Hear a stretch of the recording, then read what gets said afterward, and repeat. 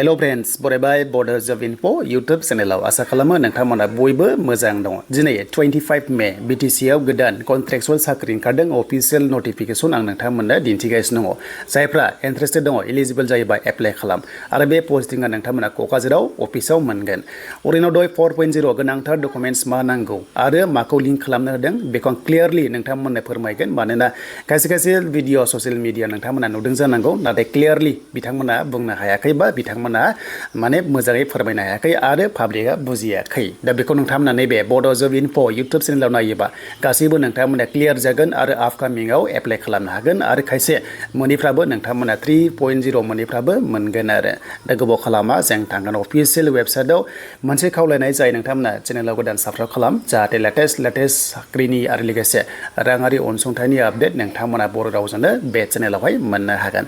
जों फैबाय अरुनोदयआव बाव फैयोब्ला 3.0 बेयाव दङ बर्तमान 4.0 जाथ'वाखै बियो देग्लाय जागोन अके देग्लाय 100% जागोन मानोना गोदान सरकार जाबाय बीजेपी एबा एनडीए सरकार बिथांमोना होगोन दा बेयाव मोननोबा माखासे डकुमेन्ट्सआ नांगोन दासिम बिथाङा बुंदों माखासे लिंक खालामनो बे माखासे गोदान बाथ्रा नङा माखासेया गोदान बाथ्रा जेरै नोंनि आधार कार्डजों बेंक एकाउन्टजों डीबीटी दानि जुगाव फैसा हाबो अके अब्ला गासैबो स्किमाव सरकारि स्किमाव डीबीटी राङै सोनाय जायो बेखायनो आधार कार्डजों बेंकजों नाम्बार 1 आवनो नोंना लिंकआ थाथारनांगोन अके लिंक खालामथारनांगोन लिंक गैयाबा नों हाजार एप्लाइ खालामबाबो नोंनि एकाउन्टाव राङा हाबा पेन्सननिफ्राय लानानै जि राङारि अनसुंथाइ नोंथांमोना मोननाय नङा दा बेखौ जों मिथिबाय दाना जाबाय सेकेन्ड आपडेट सेकेन्डआ जाहैबाय नोंनि रेशन कार्डजों बेनिफ्राय अरुनोदयआ एप्लाइ खालामनो हायो बेजोंबो लिंक खालामथारनांगोन नाथाय नोंनि आधार कार्डआ नैबे रेशन कार्डआव लिंक जाथारनांगोन बेखौ एजेन्टआव थांनानै जारि फिंगार होयो आरो लिंक खालामो होमबासो नोंथांमोना मोनगोन आरो थार्ड पइन्ट कार्ड अके नैबे रेशन कार्ड बेनिफ्राय नैबे आधार कार्ड बाव जेसेबांनाखि मेम्बार्स दङ हमना ला बेनिफिसियारि माइरं मोनग्रा न'खरसेयाव रेशन कार्डनि आन्दाराव साब्रै साबा थायोना बे गासैनि आधार कार्डआबो बेवहाय लिंक खालामजोबनांगौ अके लिंक खालामजोबबासो माने माइरंखौ सासेयाबो मोनफागोन नालाय गासैबो माने माइरं मोनगोन आरो दानो जाबाय बाथ्रा जिनिखि जायनि न'खराव अके नैबे जायनि न'खराव साख्रि दङ न'खराव साख्रि गोनां हमना ला नैबाव साथाम फिसाला दंमोन बिनि गेजेराव सासे साख्रि मोनबाय अब्ला थ' बिथांमोना रेशन कार्डखौ मोना माने दाननांगौ जायो आरो नैबाव लिंक थाबाय नालाय बे रेशन कार्डआव बेखायनो अरुनोदयखौ माने मोननाय नंला आरो बाथ्रा जाबाय लिंक थाखाजोबनायखाय अरुनोदयखौबो माने बै साख्रि गोनां न'खरा मोना बेखायनो मोनसे अपसन दङ जुदि सोरबा नैबे न'खराव साथाम फिसालानि गेजेराव हमना ला सोरबा सासे साख्रि मोनबाय अब्ला नैबे साख्रि मोननायखौ दानख'ना लादो बा बिथांमोना मा सारेन्डार जादो जे बिनि नामखौहाय जाहाथे दाननानै मानोना फिसाला बुरजा थाबा जुदा जायो नालाय जुदा गथ' सानसेबाबो जाखागोन बेखायनो बे खामानिखौ जुदि दानना लायोबा माने अब्ला नोंथांमोना मा बेनो जाबाय रेशन कार्डखौ दानना लायोबा थ' बैनि जेनोखि बेनिफिसियारि नामखौ दानना लादो अब्ला अरुनोदयआव इलिजिबल जागोन आरो मोनसे अपसन जुदि हमना ला न'खराव सानै फिसाला दङ नाथाय अरुनोदयखौ सानै लानो गोसो दङ नाथाय जों सासेल'सो मोनदोंना अब्ला नैबेवहाय जेनोखि फिसाला सानै दङ बेनिफ्राय हाबा जाबाय अब्ला जुदा जायोबा नोंथांमोना दानख'ना लानो हायो आरो गोदान सानै अरुनोदय मोनगोन होमबासो नोंथांमोना न'खराव सानै मोनगोन नङाबा अपसन गैया बेखौनो बुंदों जे न'खराव सानै मोनगोन ना नोंगौ नाथाय नोंनि रेशन कार्डआ माने गांनै थानांगोन होमबासो नोंथांमोना मा बेखौ मोनगोन दा गासैबो क्लियार जाबाय बेखिनियानो दा जायफ्रा न'खराव साख्रि दं बिथांमोना अरुनोदय मोना बेखौनो एसे बिथाङा बुंदों दा गासैबो नोंथांमोना क्लियार जाबाय दानिया जोङो फैबाय साख्रियाव क'क्राझार जुडिसियारि अफिसाव साख्रि ओंखारदों अके आरो बे पस्टआ जाबाय नोंथांमोननि ड्राइभार पस्टआव दा बिनि लास्ट डेट होनोबा बिनि लास्ट डेटआ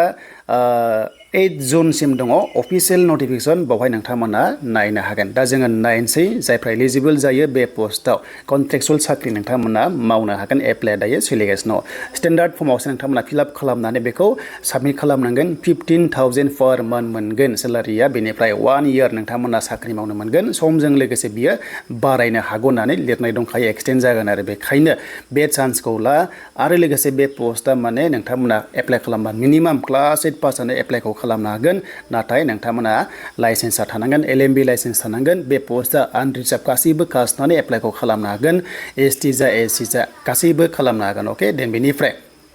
दा बेयाव गासैबो डकुमेन्ट्सखौ नोंथांमोना जेरेक्स कपि खालामनानै सेल्फ एटेस्टेड होबानो जाबाय फट' हरफाबानो जाबाय एप्लाइ खालामबा नोंथांमोना वाट्सएप नाम्बार एबा मेल आइडिखौ नोंथांमोना फर्म फिलआप खालामनायाव लिरनानै होथारनांगोन मानोना नोंनाव कल थांगोन बैसोआ 18 निफ्राय 40 इयार्स आरो ST फ्रा 45 इयार्ससिम खालामनो हागोन दा बेवहाय स्किल टेस्ट लागोन माने ड्राइभिं टेस्ट लागोन नोंथांमोनखौहाय बेनिफ्राय नोंथांमोना साख्रिखौ होनाय जागोन बेनो जाबाय नोंथांमोननि डिस्ट्रिक्ट लिगेल सार्भिस अथरिटि क'क्राझाराव नोंथांमोनाहाय माने डिउटिखौ मावनांगोन जानांगोन आरो जायफ्रा गुबुननि क'क्राझार नङा नोंथांमोनाबो एप्लाइ खालामनो हायो नैबे ड्रप बक्सआव थांनानै जाहाथे फर्म साबमिटखौ नोंथांमोना होयो आरो अके दा सेलेक्सन प्रसेसा बेनो जे नोंथांमोनखौहाय स्किल टेस्ट लागोन नालाय बावहाय नोङो